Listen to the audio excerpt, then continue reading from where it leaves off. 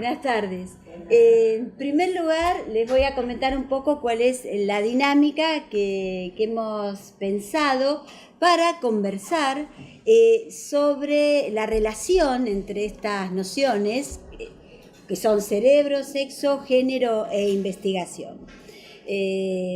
Creemos que la manera mejor de aproximarnos a estos temas es a través de lo que hemos llamado un conversatorio. Es decir, vamos a plantear, voy a orientar yo algunas preguntas que hemos trabajado con los expositores, las expositoras, y a raíz de eso vamos a ir viendo qué respuestas y qué diálogo podemos establecer.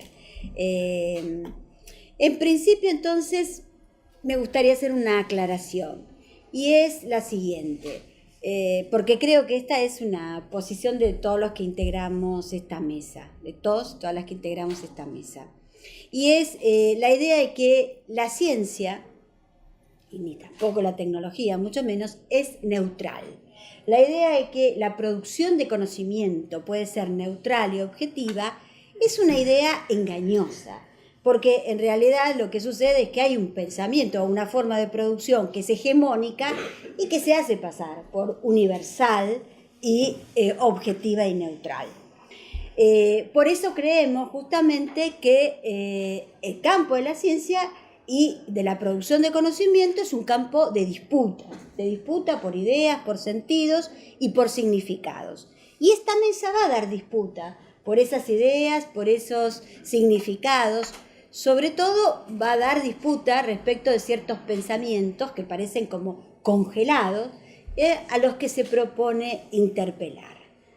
Y esto tiene que ver justamente con que el disparador, podríamos decir, o el estímulo para iniciar esta conversación entre nosotros ha sido justamente el trabajo de la doctora Lucía, que es un trabajo donde investiga investigaciones sobre la relación entre cerebro, sexo y género.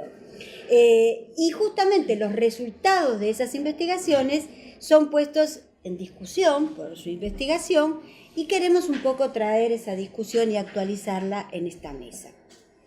Aclarado esta posición y aclarando además que el encuadre que llevamos adelante, o el paradigma, es también un paradigma científico del que partimos,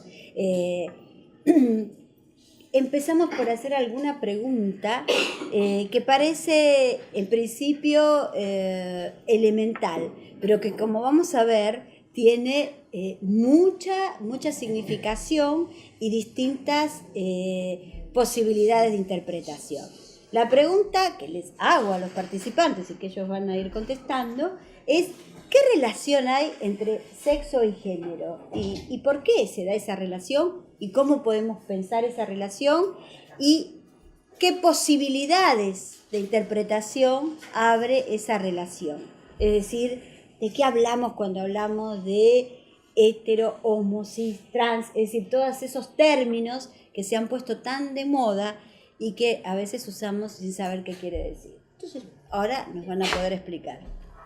No sé cómo empezamos por Lucía. Bueno, buenas tardes, muchas gracias por venir. Gracias a Karina por la presentación, a Patricia por iniciar el diálogo.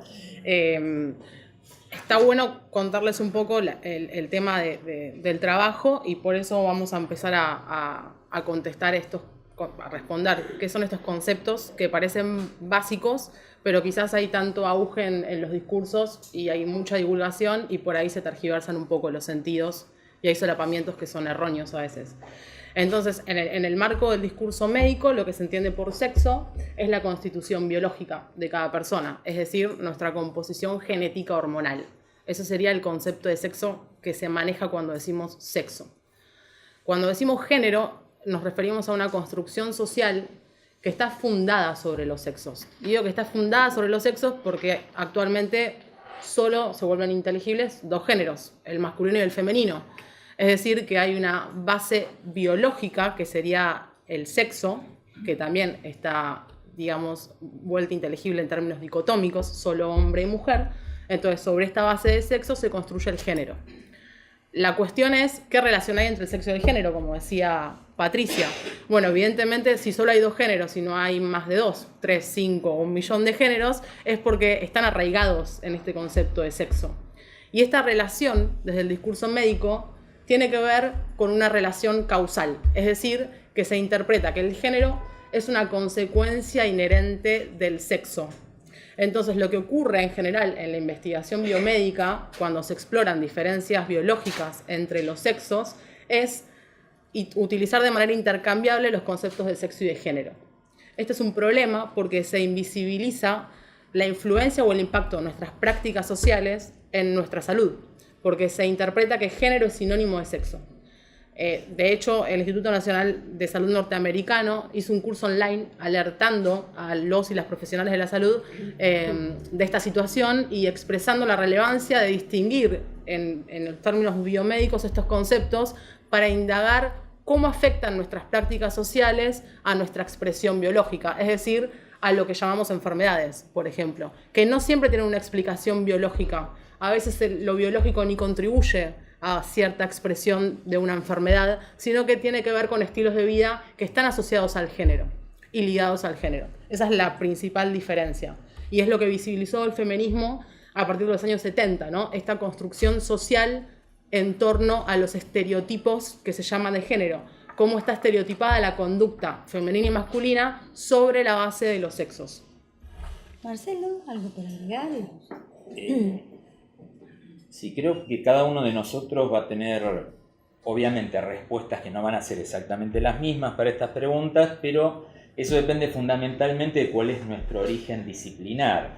Y en base a eso definimos un poco el interés que tenemos en estos temas.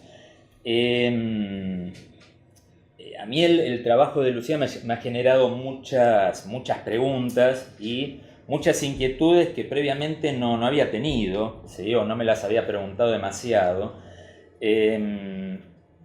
porque, bueno, estaba en otra área, en otro tema, pero le reconozco que es sumamente importante incorporar la variable sexo y género en todo lo que tenga que ver con la investigación en neurociencia.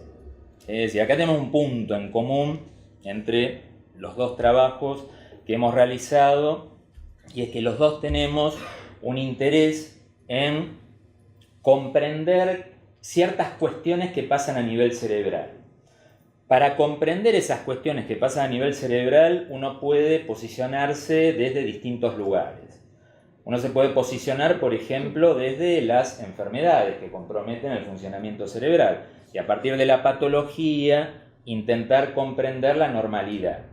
O al revés, intentar definir de alguna manera la normalidad y a partir de esa normalidad definir las patologías. Pero se suman otras variables en todo esto y hay una variable que es fundamental tomar en cuenta, que es que cuando hablamos del cerebro no estamos hablando de cualquier órgano. Esto parece una verdad demasiado obvia, pero la realidad es que el estudio del cerebro tiene múltiples aristas desde el punto de vista filosófico, porque todo lo que pasa en el cerebro tiene que ver con nuestra conducta y tiene que ver, por lo tanto, con lo que somos como personas. Entonces, si la discusión en este caso es tratar de establecer una diferencia clara entre sexo y género, y vinculamos al sexo más con lo biológico y al género más con lo social, lo cultural, la discusión no deja de ser una discusión ya tradicional en la filosofía, que es la discusión acerca de biología y cultura. Yo creo que se sigue enmarcando dentro de esa histórica discusión de la filosofía que la neurociencia creo que reactualiza, ¿sí? Presenta de otra manera ese problema, y las discusiones acerca del sexo y género le dan todavía otra vuelta a esa discusión. Entonces, una de las preguntas que yo me hago, y la dejo acá circulando, es si comprender estas diferencias entre sexo y género nos ayudan a comprender mejor qué es el cerebro. O la otra pregunta, la otra forma de formularla sería si comprendiendo mejor cómo funciona el cerebro vamos a comprender esas diferencias entre sexo y género. No sé si es muy claro. Sí, es claro. Siempre estamos, digamos, de alguna manera operando con cierto reduccionismo, que es llevar justamente al terreno de la biología discusiones donde parece que ahí puede darse la última palabra, ¿no?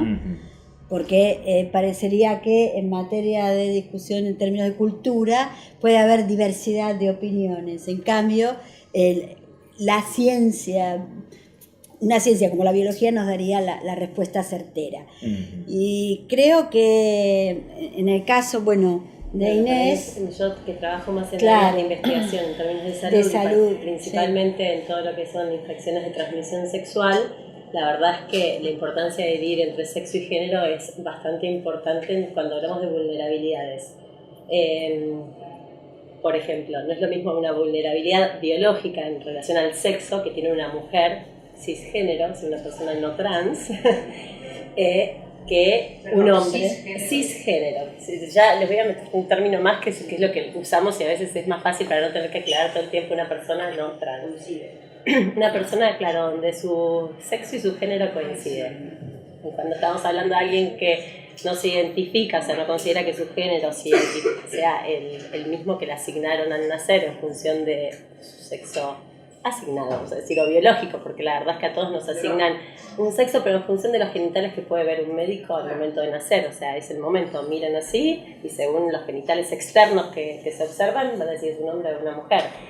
En términos de biología, existe población trans, o sea, y población intersex, que es población que tiene genitales no definidos, no claros, entonces no siempre es sexo femenino, hombre o mujer, tenemos otra población. Cuando hablamos de género tenemos otra vez esta diferencia de femenino y masculino, tenemos un montón de personas que estamos más en el medio, cómo expresamos nuestra feminidad o masculinidad según quién somos también varía, es un continuo. Este ejercicio de tener que pensar en continuos es bastante importante.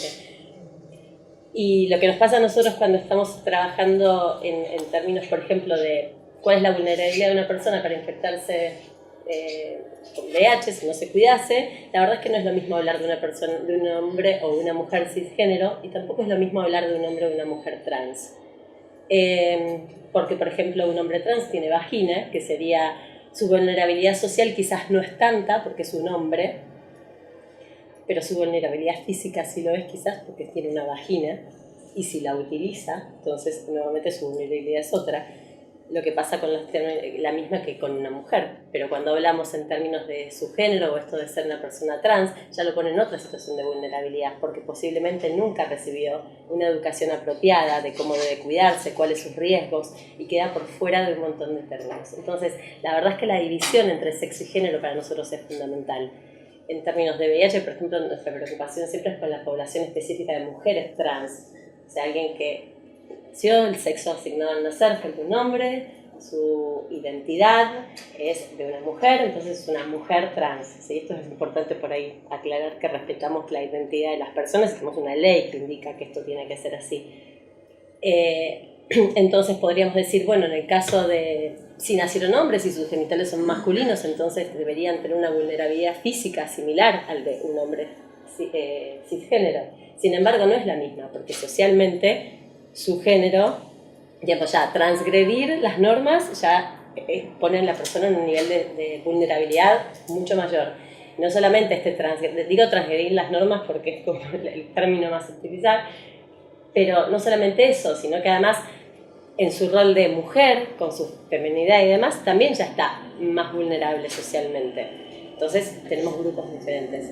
Entonces insistimos con esto, no solamente yo acá agregaría otros términos que tienen que ver no solamente con el sexo, el género, sino también tiene que ver la orientación sexual, que la gente normalmente, como decía Lucía hoy, es sexo, género, entonces digo, si soy mujer, si nací mujer, voy a ser femenina, voy a tener una relación heterosexual con un hombre y demás. Bueno, la verdad es que tenemos orientación sexual, y no solamente hay orientación sexual, sino que cuando trabajamos, por ejemplo, en el área de salud que yo trabajo, no tengo tampoco que asumir ciertas prácticas en función de la orientación sexual de una persona. Si yo quiero trabajar en prevención o quiero ayudar a alguien a cuidarse bien y demás, tengo que entender además cuáles son sus prácticas sexuales. Entonces, en términos de sexualidad tenemos un montón de palabras, muchos términos, y como decía recién Marcelo, tenemos mucho solapamiento entre disciplinas, no solamente entre disciplinas, sino también entre momentos históricos, digamos, muchos van cambiando. Entonces, en esto que hablaba primero Patricia, es el de las verdades científicas. Creo que el pensamiento es justamente entender que estas cosas tienen un devenir, una evolución, y que es un trabajo propio también, como uno va leyendo con cierta crítica todas estas cosas. Sí. Uno de los problemas que identifico en toda esta discusión es cómo definimos la biología, porque cuando hablamos de sexo hacemos una especie de reduccionismo al hablar o al asimilarlo exclusivamente a la genitalidad. A ver, puede ser una cuestión más discursiva que otra cosa y que tenga que ver, por ejemplo, sí, con definir variables que sean útiles, por ejemplo, para desarrollar determinado tipo de investigaciones. ¿Sí? Es decir, no digo que no sea válido, ¿no? Sino que a lo mejor uno pierde de vista un montón de otras variables, y en el caso, a ver, volviendo a hablar del cerebro, pues un poco el tema que nos está al frente, arriba es la primera palabra que utilizamos en el título, digamos. Entonces, el punto es, ¿cuál sería el componente biológico, neural, que sería verdaderamente importante para pensar todos estos temas? Es decir, cuando hablamos, bueno, vos has escrito sobre esto, digamos, en tu trabajo, ¿no? Es decir, ¿dónde tendríamos que poner el foco de la atención en el análisis que hacemos cuando hablamos de sexo igual biología en el caso del cerebro? Es decir, estamos hablando de componentes genéticos vinculados con el cerebro, estamos hablando de estructuras neurales que tienen que ver con neuronas que se conectan entre sí, y si estamos hablando de un hombre en términos biológicos, esas neuronas se conectan de una manera, y si estamos hablando de una mujer, esas neuronas se conectan de otra manera. O estamos hablando de otro nivel de la biología que tiene más que ver con la relación que el cerebro establece, por ejemplo, con los órganos genitales y las hormonas mediando todos esos circuitos, o tiene que ver también con de qué manera el medio ambiente social impacta sobre todos estos niveles de análisis y de organización cerebral. El punto es, cuanto más variables agregamos, más complejizamos la investigación, una potencial investigación.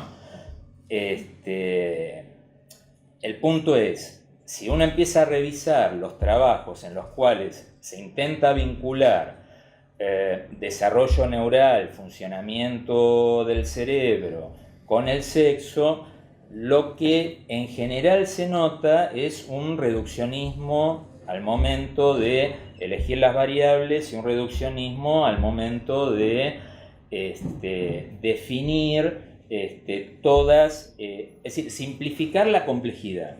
¿Sí? Y justamente me parece que simplificar la complejidad tiene consecuencias, y tiene consecuencias, por ejemplo, a nivel ético, sin lugar a dudas.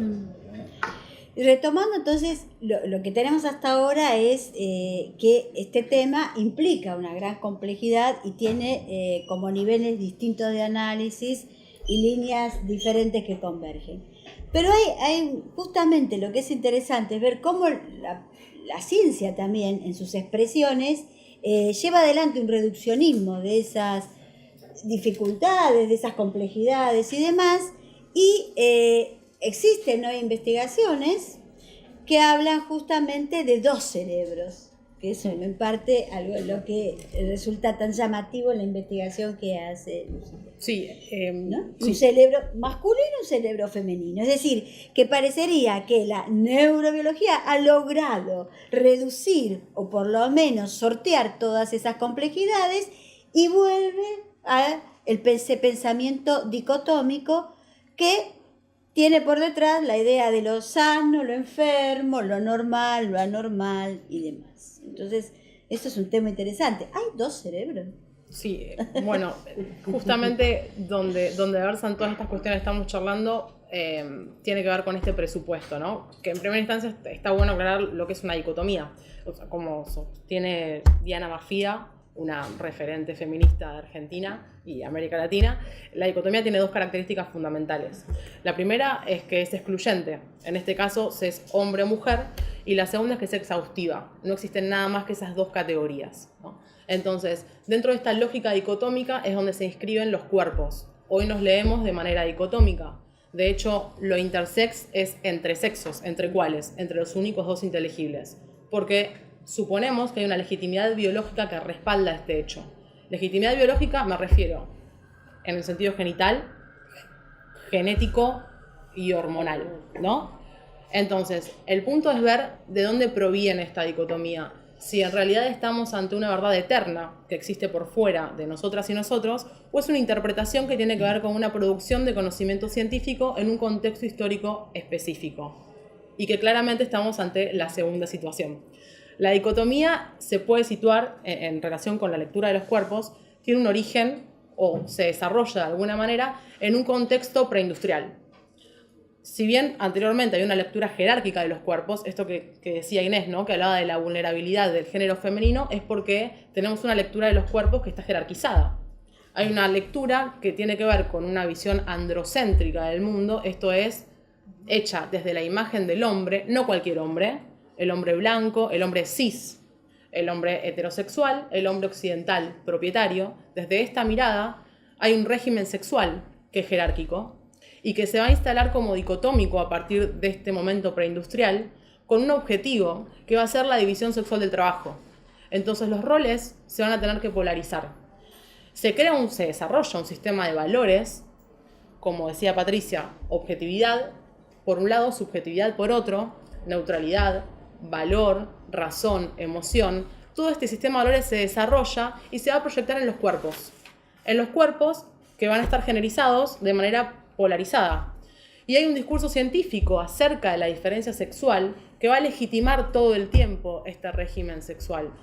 Primero, de manera lineal, estamos hablando del siglo XIX, no va a haber mucha vuelta para decir la mujer está incapacitada para la producción de conocimiento científico, tiene un destino biológico que es procrear y le va a recaer sobre ella la ética del cuidado. Esto es siglo XIX, psiquiatra Moebius publica un libro que se llama La inferioridad mental de la mujer. Tranqui, no tiene ningún tipo de tabú, digamos, el tema, pero después obviamente hay una tensión social, hay una historia del feminismo que va a dialogar con este discurso, y eso va a hacer que se empiece a encriptar también con el avance científico y tecnológico este discurso científico que explícitamente expulsaba a la mujer del espacio público, no solamente la producción de conocimiento científico. El primer movimiento feminista es para reclamar el derecho al voto. Entonces, en toda esta línea lo que vemos es una continuidad del discurso científico que estudia las diferencias entre los sexos, que va a partir de hipótesis que van a dar por válido y legítimo esta diferencia entre hombres y mujeres, desde lo genital, pasando por lo cromosómico, por lo hormonal, y actualmente las neurociencias lo van a reforzar en un sentido cerebral. Entonces lo que tenemos es una proyección de este sistema de valores dicotómico en los cuerpos, que se van a interpretar como dimórficos, como dos formas dentro de la especie humana. Entonces, la pregunta que cabe es, en primer lugar, es discutible si hay una genitalidad dimórfica, porque hay personas que tienen supuestamente una ambigüedad genital, pero de vuelta, desde esta interpretación que vuelve inteligible dos sexos. Hay múltiples genitalidades. No hay solo dos tipos de cromosomas sexuales, pares de cromosomas sexuales, que sería XX mujer, XY varón. Hay como 90 cariotipos identificados en relación con esos cromosomas sexuales, es decir, 90 formas distintas. Hay variables hormonales entre lo que entendemos por mujeres cis y entre lo que entendemos por varones cis. Variables hormonales, y aún más se complejiza la interacción entre genes y hormonas. Hay una diversidad, una variabilidad biológica alta hacia adentro de la categoría mujer y hacia adentro de la categoría varón. Y llega a su paroxismo en lo que es el cerebro. Porque, como decía Marcelo, no es cualquier órgano. El cerebro nos caracteriza, digamos, la plasticidad de nuestro cerebro, es altamente plástico, y esto quiere decir que incorporamos con mucha facilidad de experiencia nuestro cableado neuronal. Nuestro cerebro se termina de desarrollar de manera postnatal durante largos periodos, entonces tenemos una forma de sociabilizar que impacta directamente en nuestro organismo, en todos nuestros órganos y sistemas fisiológicos, pero principalmente en nuestro cerebro. Evidentemente que nuestra constitución genética y hormonal va a afectar en el periodo intrauterino, va a afectar a esta constitución cerebral, pero el punto es si habilita a categorizar la población de cerebros en dos. Entonces, lo que también planteo un poco en este trabajo es que al ser tan plástico y al existir trabajos que invalidan esta cuestión dimórfica de los cerebros por la alta variabilidad existente entre los cerebros de mujeres y entre los cerebros de hombres, el cerebro se vuelve el punto de partida estratégico para empezar a deconstruir esta interpretación dicotómica de los cuerpos.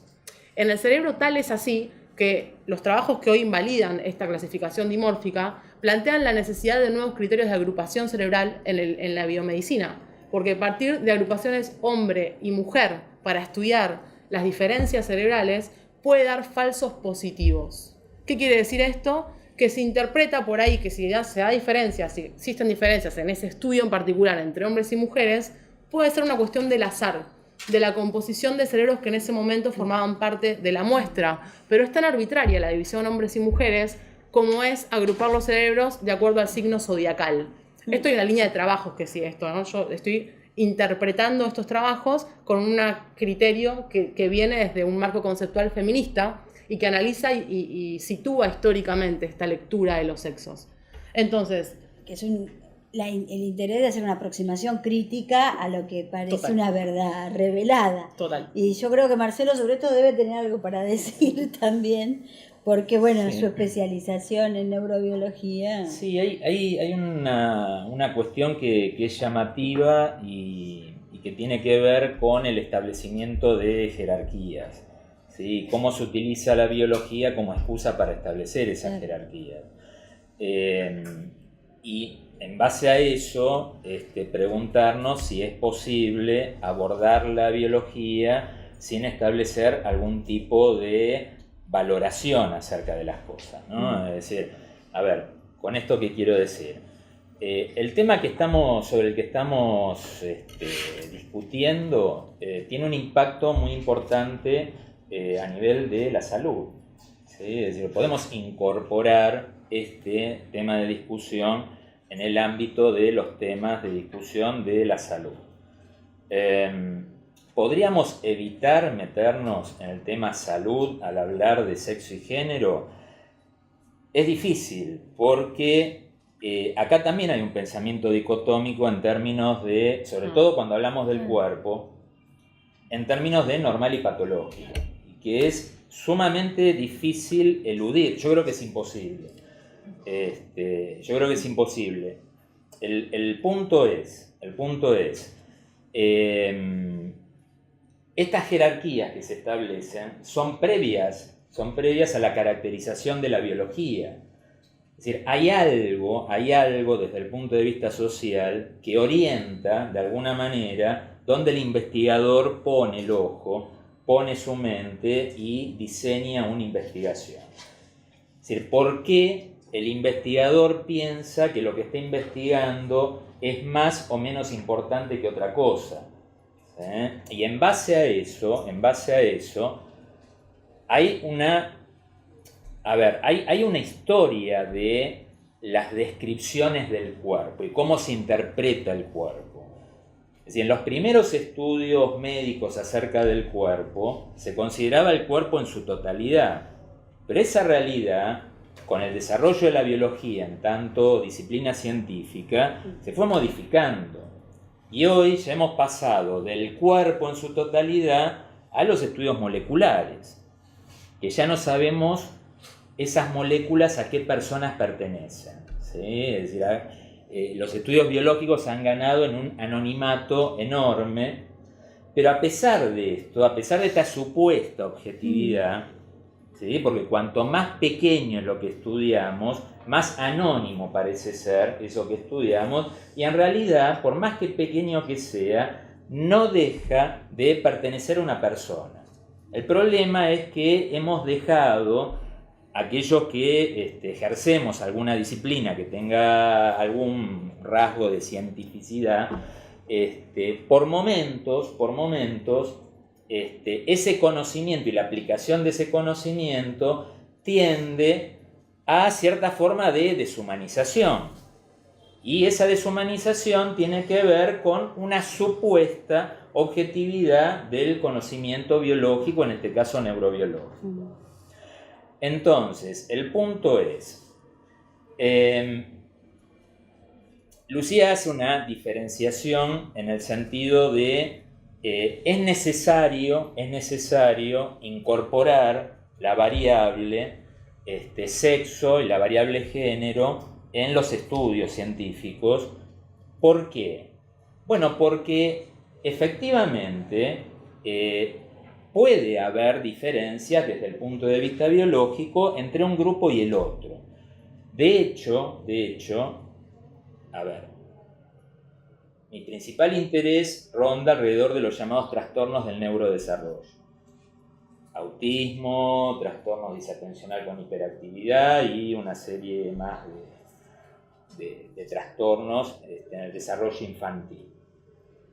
La realidad es que si uno lee trabajos sobre, por ejemplo, el trastorno disatencional con hiperactividad, que es el trastorno del neurodesarrollo más frecuente en la infancia, uno va a encontrar que efectivamente predomina en personas de sexo masculino. ¿Sí? Y de hecho, cuando el trastorno disatencional con hiperactividad se presenta en mujeres, es más frecuente que presenten disatención que hiperactividad, y que los varones presenten hiperactividad más que disatención. ¿Sí? Sin embargo, en líneas generales, en esos estudios, y acá tomo una de las ideas de Lucía, no se considera la variable género, se considera la variable sexo, ¿sí? En tanto variable estrictamente biológica. ¿Sí? Entonces, el punto es, parecería ser efectivamente importante incorporar estas variables en la investigación, por ejemplo, de los trastornos del neurodesarrollo. El punto es, ¿podríamos seguir pensando las diferencias entre sexo y género de forma distinta cuando hablemos de problemas de salud que cuando hablemos de problemas que no tienen que ver con la salud? Es decir, ¿podemos evitar esa escala valorativa que yo les mencionaba inicialmente cuando pasamos del ámbito de la salud a un ámbito que no es de salud? ¿O efectivamente esta división entre normal y patológico es algo que impregna toda esta discusión y directamente no podemos evitar esa dicotomía? Por lo cual, si no vamos a poder evitar esa dicotomía entre normal y patológico, una de las cosas que vamos a tener que volver a discutir, porque no es una discusión nueva, es qué es lo normal y qué es lo patológico, y volver a tener en claro y volver a tener presente en todas estas discusiones que cuando definimos normal y patológico, una de las cosas que tenemos que investigar son los hechos biológicos cuantificables, y lo otro que tenemos que estudiar son valores. Son valores acerca de qué nuestra comunidad interpreta, por ejemplo, como un ideal de conducta en los niños que tienen disatención, hiperactividad, conductas disociales o como querramos llamar. ¿Sí? Bueno, esta discusión yo creo que inevitablemente se tiene que incorporar en este ámbito de la discusión entre sexo y género. Volviendo al tema, y esto quizás a lo mejor Inés nos puede ilustrar sobre la cuestión, es esta relación entre lo biológico y la jerarquía que supone esa distinción biológica y los intercambios que se producen históricamente entre la biología, la biomedicina, la ciencia jurídica y la moral, producen modelos que generan, digamos, formas de subjetividad que producen mucho sufrimiento. ¿Y las instituciones cómo se hacen cargo de eso? Cuando se presentan estas situaciones, cuando se trata justamente de atender siguiendo la ley, incluso a una persona transgénero, ¿cómo opera esto? ¿Cuáles son los niveles de sufrimiento, además? Porque esto es importante. Nosotros estamos hablando de la biología, del cerebro, pero son condiciones de la existencia, lo que se juega en los modos de existencia de las personas. Entonces, lo importante es ver justamente cómo nos sacamos de encima, porque esa sería la expresión, prejuicios y falsos conocimientos que aparecen como verdades reveladas para tratar y hacer mejor la existencia de las personas. Bueno, yo por ahí retomar una de las cosas que decía Marcelo. Yo creo que sí, sin duda hay lugares donde, digamos, por ejemplo, en el cerebro posiblemente haya diferencias. El problema no es las diferencias que... No, digo que a veces no es el problema la diferencia en sí mismo, sino el valor que se le otorga a esa diferencia. Claro, sí. Digo, no está mal que seamos diferentes. Claro. El problema es que nosotros jerarquizamos que algo vale y lo otro no vale. Entonces, y creo que esto es lo que pasa, por ejemplo, con la población trans en particular y con todo grupo minoritario. Y acá digo minoritario porque la verdad es que ser un inmigrante en un país realmente también es ser diferente, y el sufrimiento en cuanto posiblemente hacia donde iba recién Patricia en términos de discriminación, de estigmatización, es el mismo. Y los procesos que pasa internamente una persona a partir de esto son muy similares cualquiera sea la minoría a la que uno pertenece. Hay minorías que son más lastimadas, si uno quiere decir, porque yo hoy ponía el ejemplo de si yo soy una persona afroamericana en Estados Unidos, posiblemente sea altamente discriminada, pero al menos mis padres pertenecen a la misma minoría que yo.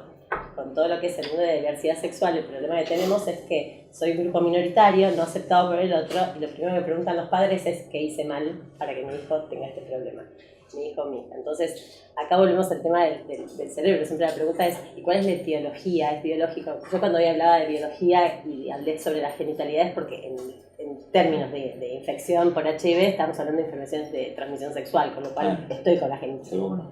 Pero, por ejemplo, en todo lo que es cuestiones más psicológicas, el rol de las hormonas es muy alto, en línea con lo que vos decías también. Nosotros, por ejemplo, cuando trabajamos con población trans, no es lo mismo alguien que nunca recibió ningún tipo de hormonización que alguien que sí recibió hormonización. Como son sus estados de ánimo pre y post hormonización también varía y se van ajustando. Bueno, y digamos, la verdad es que cuando uno recibe un padre, la primera pregunta es qué hice mal. Entonces, bueno, la verdad es que en esta lucha de biología versus cultura, yo tengo que decir que la verdad es que no hizo nada mal un padre. Es muy difícil forzar a alguien para que sea trans o gay, como es muy posible forzarlo para que no lo sea. O sea, la verdad es que las predisposiciones, diría que son más predisposiciones. ¿Cuál es el origen exacto? No lo sé. En términos de cerebro, hay estudios post-mortem por ejemplo, de población trans para ver si se asemeja más a su identidad de género, a su sexo biológico. La verdad es que no son ni un extremo ni el otro, pero están en el medio y más coincidente con identidad de género, con lo cual yo podría decir hay un componente más biológico. Si es previo o post, tampoco se sabe. El gran problema que tenemos con la ciencia en general es cómo seleccionamos nuestras muestras, dónde las seleccionamos.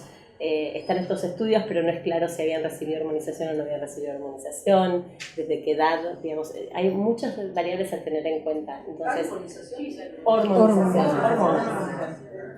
No llega el sonido. No llega bien, pero tal vez más fuerte. Sí. Entonces, algo que sí es importante es, bueno, digamos, las diferencias existen, entre nosotros existen, y son válidas. El por qué jerarquizar es la dificultad que diríamos que en general tenemos, y buscamos la justificación, esas jerarquías o esos valores en la ciencia.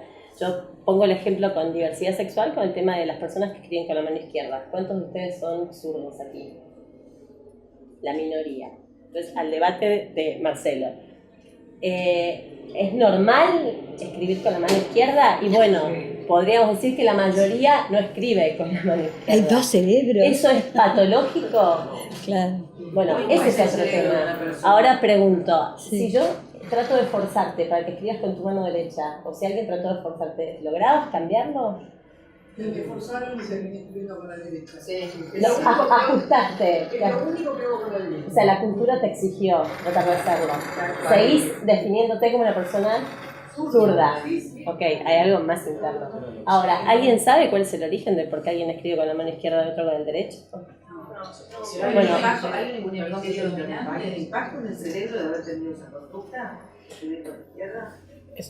Es que todo tiene un impacto sobre el cerebro. El tema es caracterizar cómo es ese impacto. Es decir, el cerebro no es una plastilina que uno pueda deformar o darle la forma que uno quiera. Es decir, porque uno también puede caer en ese extremo, que es un extremo irreal. ¿Sí? Lo que sí es, hay algo que se llama plasticidad neuronal, que, bueno, simplemente lo que quiere decir esto es que el cerebro tiene la capacidad de reorganizarse, de que sus neuronas o grupos de neuronas que originariamente estaban o eran susceptibles o estaban programadas genéticamente para cumplir determinado tipo de funciones, esas funciones se modifican. ¿Sí? Es decir, algunos neurocientíficos como Stanislas Dehaene dicen, bueno, esas neuronas se reciclan, es decir, pueden cumplir otra función de acuerdo a la experiencia que esa persona vaya teniendo en la vida. Es decir, que acá hay que aprender a pensar al cerebro como un órgano fundamentalmente plástico y dinámico. Es decir, los genes, la presencia de los genes, no implican inevitabilidad.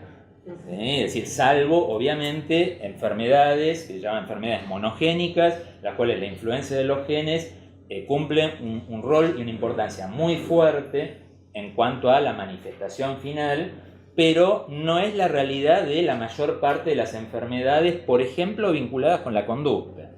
Es decir, los llamados de vuelta trastornos del neurodesarrollo, mayormente se los considera como trastornos poligénicos, es decir, son un montón de genes los que intervienen para que finalmente esa persona tenga ¿qué cosa? Tenga una susceptibilidad. ¿Sí? Una susceptibilidad para ser de tal o cual manera. Este razonamiento corre también para el tema de sexo, género. Bueno, no lo sé, habría que pensarlo. Digamos, la biología funciona de esta manera, es decir, aporta susceptibilidad. Pero la susceptibilidad no es destino inevitable.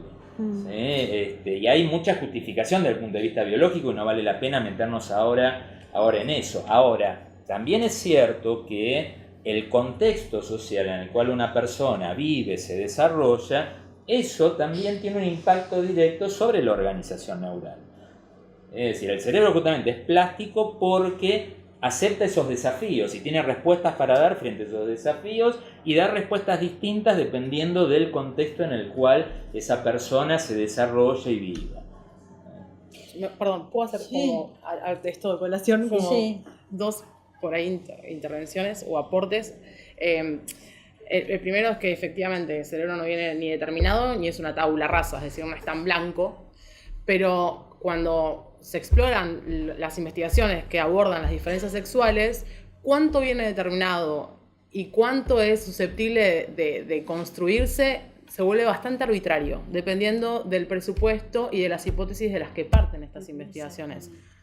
El punto de partida siempre es que hay dos cerebros, por eso se busca un cerebro intermedio entre las personas trans o las personas con una orientación sexual no normativa. Y de hecho, hay estudios que se inician en los 90 que tienen que ver efectivamente con el tejido post-mortem y en Norteamérica por la crisis del SIDA. Se dio una muerte muy abundante de varones gays, cis, entonces se utilizaron los tejidos post-mortem para empezar a hacer análisis y buscar la conducta sexual de esas personas como subyacentes biológicos en tanto rol causal, es decir, explicar la homosexualidad en términos biológicos. Entonces acá tenemos un segundo punto.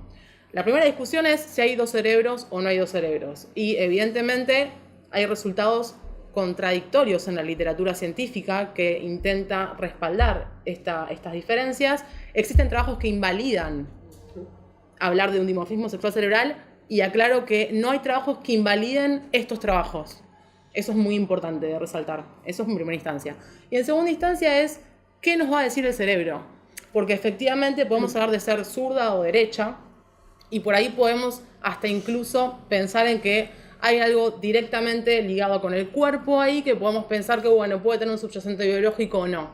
Pero la orientación sexual o la identidad de género, ¿tiene subyacentes biológicos? La conducta humana. ¿Alguien nace trans? ¿Alguien nace cis?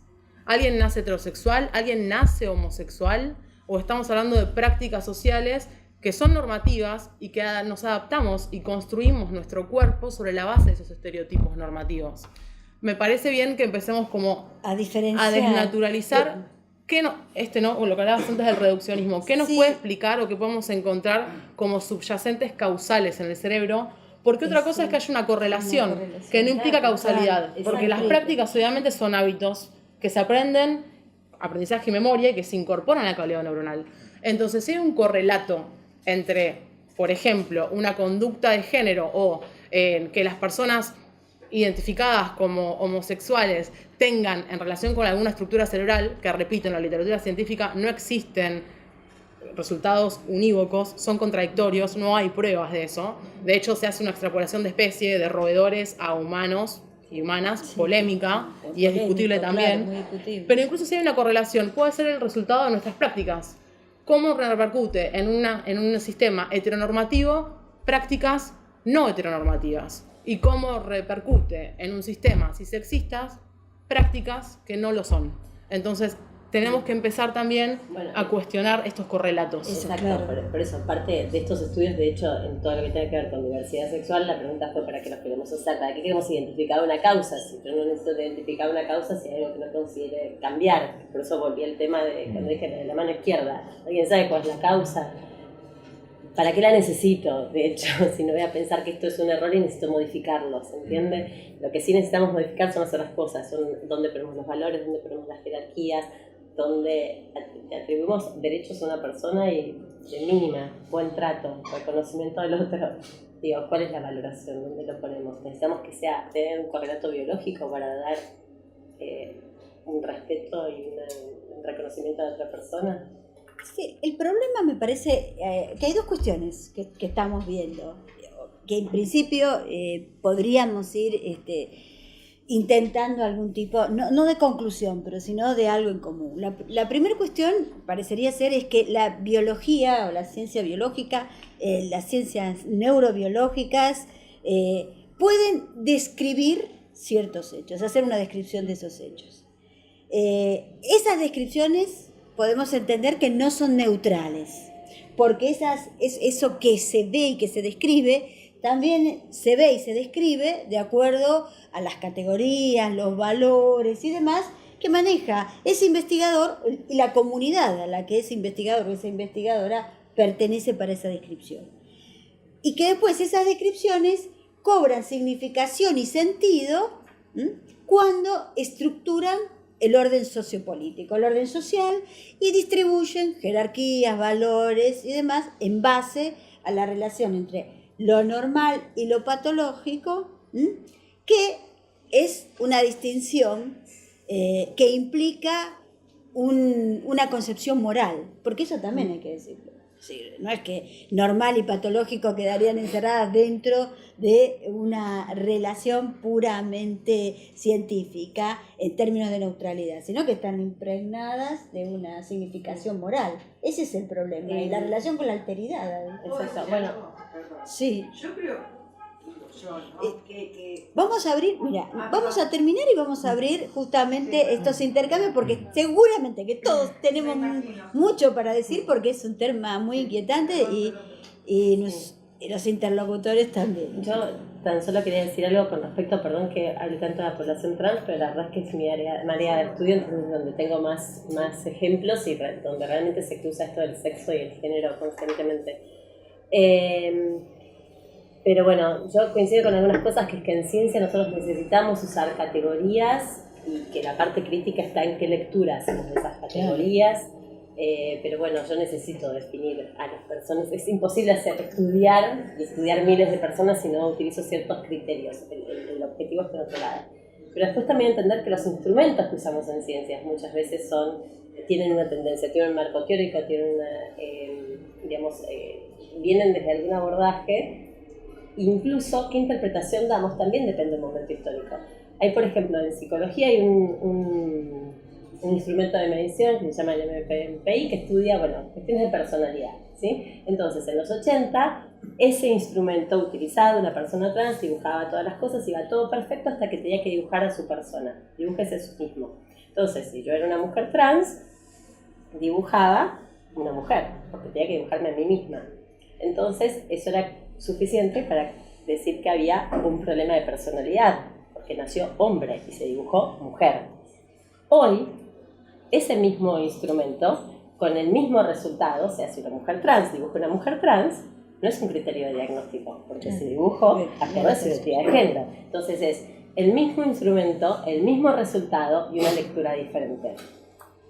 Bueno, esto era la idea justamente cuando decimos, bueno, esas descripciones no son inocentes, ni tampoco responden Quizás a no una fueron tendenciosas objetividad. tampoco, tienen que ver con la disponibilidad de No, conocimiento me del refiero, momento, digo, no sí, necesariamente siempre tienen una intencionalidad. Claro. Es también lo que el investigador, la investigadora puede ver en cada momento, porque todos nosotros tenemos un horizonte de posibilidad de comprensión.